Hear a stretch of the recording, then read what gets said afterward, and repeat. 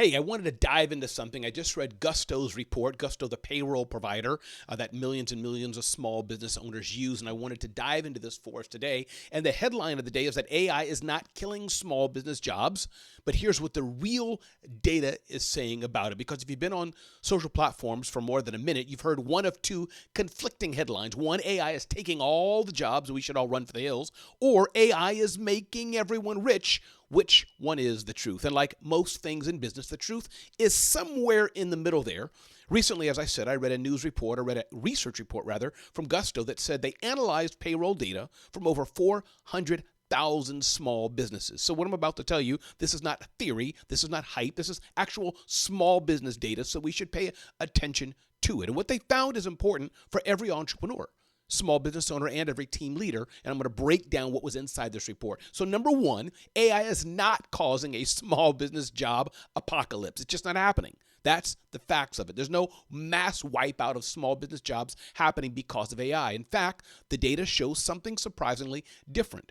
Small businesses that have increased their exposure to AI, meaning more of their work involved tasks that AI can help with, actually saw revenue growth. This is a fact. I've seen it in my own business. You're probably seeing it. Maybe you didn't need to know this, but now you know it for sure. Not a decline. Revenue growth has also increased. Specifically, businesses that increased AI exposure by about 10 percentage points saw roughly a 2.2% higher revenue 6 months later. AI is a game changer for entrepreneurs, for small businesses, no question about it. Now, that may not sound massive when you think of 2.2% small, but that's huge. Think about it. For a typical small business, that's about $50,000 more per year for a typical small businesses. Now, there's high and there's lows for it, but that's real money. That's hiring money to get a new staff member. That's money to put into a new marketing campaign. That's money to invest into the growth of your business. Second point that's important here to bring out, overall AI exposure has barely changed according to the data. So there's something more interesting about this. Despite all the buzz since ChatGPT launched and OpenAI and Claude and all the other tools that we know, Google Gemini and Microsoft Copilot and more, the overall AI exposure across small businesses has barely moved according to the data. It was about 16.4% in early 2023, and it's about 16.3% now. Basically, it's flat, says the data. So what does this tell us? What can we interpret from this? Is that small businesses are not blowing up their organization charts and firing everyone. That's not happening for small businesses. Maybe in large companies, maybe in corporate America, but not for small businesses. In fact, they're not completely restructuring around AI for the smaller businesses, for the entrepreneur. Instead, here's what's happening. AI is being integrated into existing roles, and this is what I'm seeing in my own business. People are using the tools. They're experimenting, they're adjusting their workflows, and I would say working smarter, working better. The transformation that we're seeing is happening within jobs, not through massive layoffs, especially in the smaller business, based on what the data shows. And this is an important mindset shift for entrepreneurs. What's the third point we're seeing based, again, on the Gusto data? AI is helping productivity, not automatically replacing people. That's just not happening based on the data. So here's another key finding. When businesses become more AI exposed, they didn't replace headcount overall. Actually, 6 months later, this is what the data is showing. They had slightly more employees. Now, the increase isn't huge. It's about 1.3%, but that's not a lot. When you're talking about millions and millions of small businesses, 1.3% can be a game changer. It's positive. So what does this suggest? When productivity goes up, many small businesses are able to expand. They can take on more clients. They can add new services. They can reinvest in growth. In fact, AI becomes a lever in the business and not a replacement. And that's a very different story than a doom narrative that AI is going to take all of our jobs, at least for us entrepreneurs and small business owners. So here's the nuance. So let's not sugarcoat everything, of course, but there is a shift happening, but it's concentrated into a very specific group based on the Gusto data, and that's younger workers.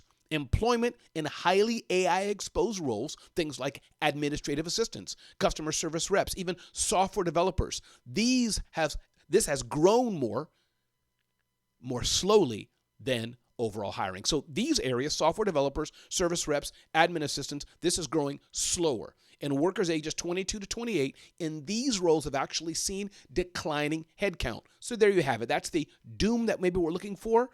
And it is significant. But what does this mean? It suggests that AI is automating more routine, more entry-level tasks. It's not bad. It's just the nature of the beast. It's what the market is saying.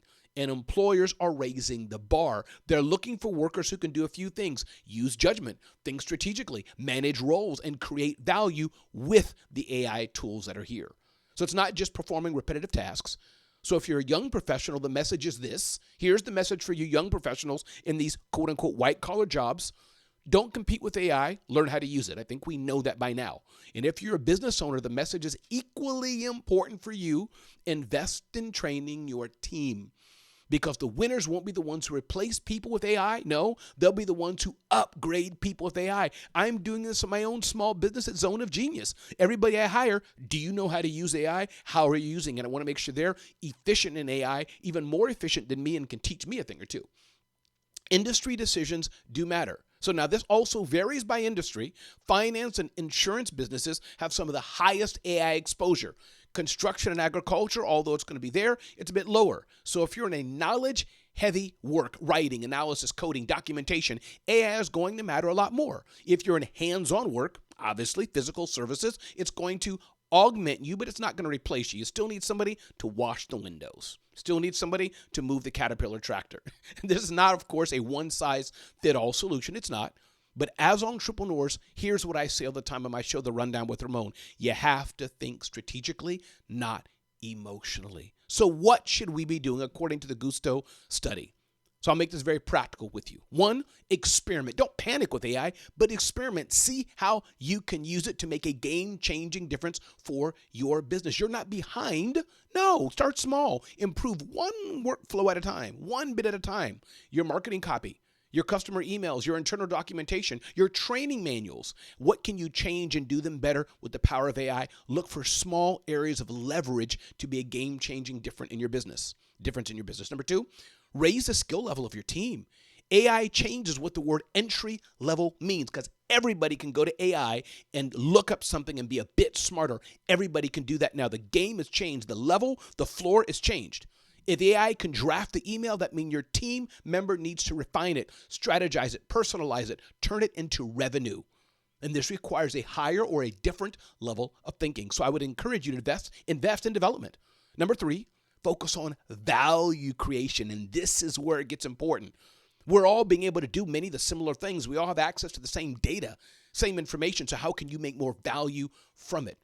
The businesses seeing revenue gains are not just using AI for fun and tiddlywinks. No, they're using it to serve more customers. They're using it to move faster. They're delivering better experiences. AI, my friends, is not just a toy. It is an amplifier, and we're seeing this with the Gusto study. And entrepreneurs who understand amplification, they are going to win. So here's a summary. Here's the bottom line. And here's what I love about the Gusto report and this data that they're sharing. AI, it's not hype. It's not fear. It's not theory. It's real small business payroll data. The facts are here. And the story is this. AI is reshaping small businesses for sure. But it is not destroying us. It's not destroying us. The firms that lean in thoughtfully are seeing measurable revenue gains leveraging the power of AI. Now, there is a learning curve, yes, but there's disruption at every level. Overall, I'm encouraging you to think this is something that's an evolution. It's definitely not an extinction event. It's an evolution. And as entrepreneurs, we've always had to evolve. We've always had to shift and be nimble. I've started 5 companies, sold 3 companies, authored 5 books. My whole world is about evolving and getting better and better. This is what we do. Ask yourself, are you using AI in your business? Are you seeing productivity gains? Are you hiring differently?